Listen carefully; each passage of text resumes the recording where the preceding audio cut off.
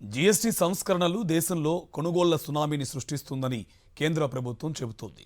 పండుగల సీజన్ కావడంతో వినియోగ వస్తువులు బాగా అమ్ముడవుతాయని భావిస్తున్నారు.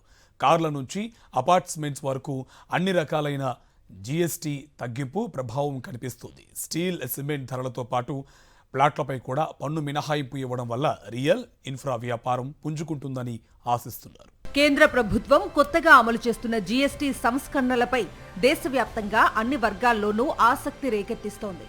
ఎక్కువ పన్నులతోనూ ధరల పెరుగుదలతోనూ కుదేలైన కొన్ని రంగాలకు జీఎస్టీ తగ్గింపు బూస్టింగ్ ఇచ్చినట్లయింది.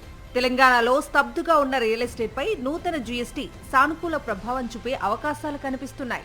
స్థలాల కొనుగోళ్లపై ఇప్పటివరకు ఉన్న 5% పన్నును 1%కి తగ్గించారు.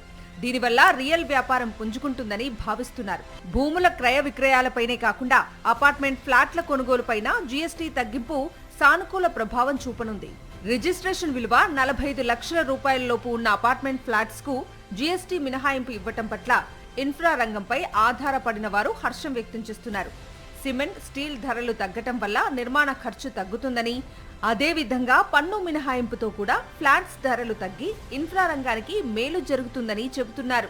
రియల్ ఎస్టేట్ ఉంటేనే మన రాష్ట్రంలో చాలా మందికి ఉపాధి ఉంటుంది కాబట్టి రియల్ ఎస్టేట్ మీద స్టీల్, సిమెంట్ తగ్గడం వల్ల మరి రియల్ ఎస్టేట్ కూడా పెరిగే అవకాశం ఉంది. అదే మాదిరిగా ఒక 45 లక్షల వరకు ఏదైతే ఫ్లాట్ అపార్ట్మెంట్స్ కొంటే, ఒకవేళ ఫ్లాట్ కొంటే కూడా దాని మీద కూడా జీఎస్టీ తగ్గించడం జరిగింది. ఇటువంటి తగ్గడం వల్ల రియల్ ఎస్టేట్ పుంజుకునే అవకాశాలు మెండుగా ఉన్నాయి. దీనివల్ల రాష్ట్రంలో ప్రజలకు కూడా చాలా ఉపయోగపడుతుంది. జీఎస్టీ తగ్గింపుతో నిర్మాణ రంగంలో వినియోగించే చాలా వస్తువుల ధరలు తగ్గనున్నాయి. ముఖ్యంగా సిమెంట్, స్టీల్ ధరలు దిగిరానున్నాయి. దీంతో సామాన్యులు నిర్మించుకునే ఇళ్ల నిర్మాణ వ్యయం కూడా తగ్గుతుంది. సామాన్యుల సొంతింటి కలలు నెరవేర్చుకోవటానికి కొంతమేర సానుకూల పరిస్థితులు ఏర్పడనున్నాయనే అభిప్రాయాలు వినిపిస్తున్నాయి.